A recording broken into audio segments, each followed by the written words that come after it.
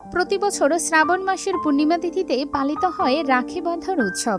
এই দিনে বোনেরা তাদের ভাইয়ের কবজিতে রাখি বাঁধেন, তাদের মিষ্টি খাওয়ান। অন্যদিকে ভাইয়েরা তাদের বোনেদের রক্ষা করবে বলে প্রতিশ্রুতি দেয়। এই উৎসবকে ভাই বোনের অটুট ভালোবাসা ও উৎসর্গের প্রতীক হিসেবে বিবেচনা করা হয়। নমস্কার বন্ধুরা, অজানা পুরাণের আরও একটি নতুন ভিডিওতে আপনাকে স্বাগতম। আজকের এই নতুন ভিডিওতে থাকছে 2025 সালের রাখি বন্ধন বা রাখি পূর্ণিমা কবে পড়ছে তার সম্পূর্ণ সময়সূচি। আরও থাকছে রাখি পূর্ণিমায় রাখি বন্ধনের প্রয়োজনীয় উপকরণগুলো কি কি এবং রাখি বন্ধনের পৌরাণিক কাহিনী। সবশেষে থাকবে রাখি বন্ধনের সঠিক মন্ত্র। তো চলুন শুরু করা যাক। প্রথমে জেনে নিই 2025 সালে রাখি পূর্ণিমা কবে পালিত হবে। এবছর রাখি বন্ধন উৎসব পালিত হবে 9 আগস্ট 2025, বাংলা 24 শ্রাবণ 1432 শনিবার। পূর্ণিমা তিথি শুরু হবে 8 আগস্ট 2025 শুক্রবার দুপুর 2:12। পূর্ণিমা তিথি শেষ হবে 9 আগস্ট 2025 শনিবার দুপুর 1:24।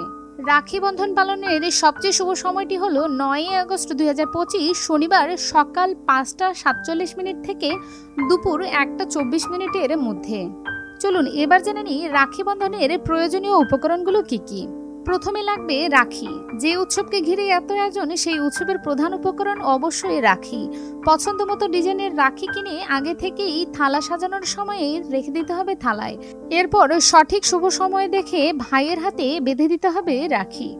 এরপর লাগবে প্রদীপ। রাখির থালায় সবসময় প্রদীপ জ্বালিয়ে রেখে দিতে হয়। রাখি পরানোর সময়ে এই মঙ্গল প্রদীপ জ্বালা শুভ লক্ষণ বলে মনে করা হয়। হাতে রাখি বেঁধে দেওয়ার পর প্রদীপের তাপ ভাইয়ের কপালে ঠেকে ভাই বা দাদার দীর্ঘায়ু কামনা করেন বোনেরা।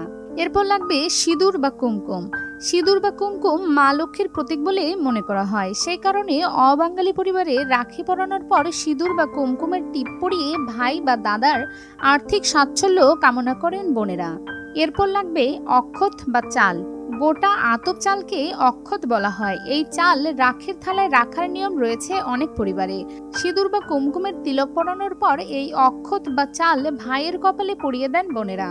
এরপর লাগবে চন্দন কাঠ। রাখি পরিয়ে কপালে সিঁদুর বা কুমকুমের তিলক পরানোর পর ভাইয়ের মাথায় চন্দন কাঠ ঠেকিয়ে দেওয়া হয় অনেক পরিবারে। এতে বিষ্ণু এবং গণেশের আশীর্বাদ মেলে বলে বিশ্বাস করেন অনেকেই। সবশেষে লাগবে মিষ্টি। যে কোনো শুভ অনুষ্ঠানে মিষ্টি মুখ করার নিয়ম রয়েছে বাঙালিদের। সেই কারণেই রাখির থালাতেও ভাইয়ের পছন্দের মিষ্টি রাখেন বোনেরা। রাখি পরানোর পর্ব মেটার পর পরস্পরকে মিষ্টি খাইয়ে ভাই বোনের মিষ্টি সম্পর্ক যেন আরো মধুর হয়ে ওঠে সেই প্রার্থনাই করেন সকলে। এবার চলুন জেনে নেই রাখি বন্ধনের পৌরাণিক কাহিনী কি রয়েছে। রাখি বন্ধনকে ঘিরে অনেক পৌরাণিক কাহিনী প্রচলিত রয়েছে। আজকে আমি দুটি পৌরাণিক কাহিনী বর্ণনা করব।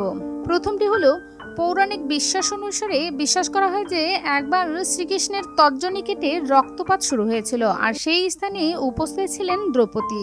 শ্রীকৃষ্ণের হাতের রক্ত দেখে দ্রৌপদী তৎক্ষণাৎ তার শাড়ির আঁচলের এক টুকরো ছিঁড়ে শ্রীকৃষ্ণের হাতে বেঁধে দেন এবং তার রক্তপাত রোধ করেন। তখন শ্রীকৃষ্ণ দ্রৌপদীকে রক্ষা করার প্রতিশ্রুতি দিয়েছিলেন। এরপরই শ্রীকৃষ্ণ দ্রৌপদীর ভরা সভায় বস্ত্র অপহরণের সময় তার দেওয়া প্রতিশ্রুতি অনুসারে রাজা ধৃতরাষ্ট্রের দরবারে দ্রৌপদী সম্মান রক্ষা করেছিলেন বলে বিশ্বাস করেন অনেকেই। আর এই বিশ্বাস থেকেই বিশ্বাস করা হয় যে শ্রীকৃষ্ণ দ্রৌপদীর ব্যবহারে অভিভূত হয়ে তাকে নিজের ভগিনীর সম্মান দেন এবং ভাই এবং ভগিনীর বন্ধনের এই দিনটিকে রাখি বন্ধন উৎসব হিসেবে বা রাখি পূর্ণিমা রূপে পালন করতে বলেন। ভগবত পুরাণ এবং বিষ্ণু পুরাণ অনুসারে আরও একটি প্রচলিত কাহিনী রয়েছে। সেটি হলো, একবার ভগবান বিষ্ণু যখন রাজা বলিকে পরাজিত করে 3টি জগতের অধিকার করে নিয়েছিলেন, তখন বলি আশীর্বাদ স্বরূপ ভগবান বিষ্ণুকে তার প্রাসাদে থাকার জন্য অনুরোধ করেছিলেন।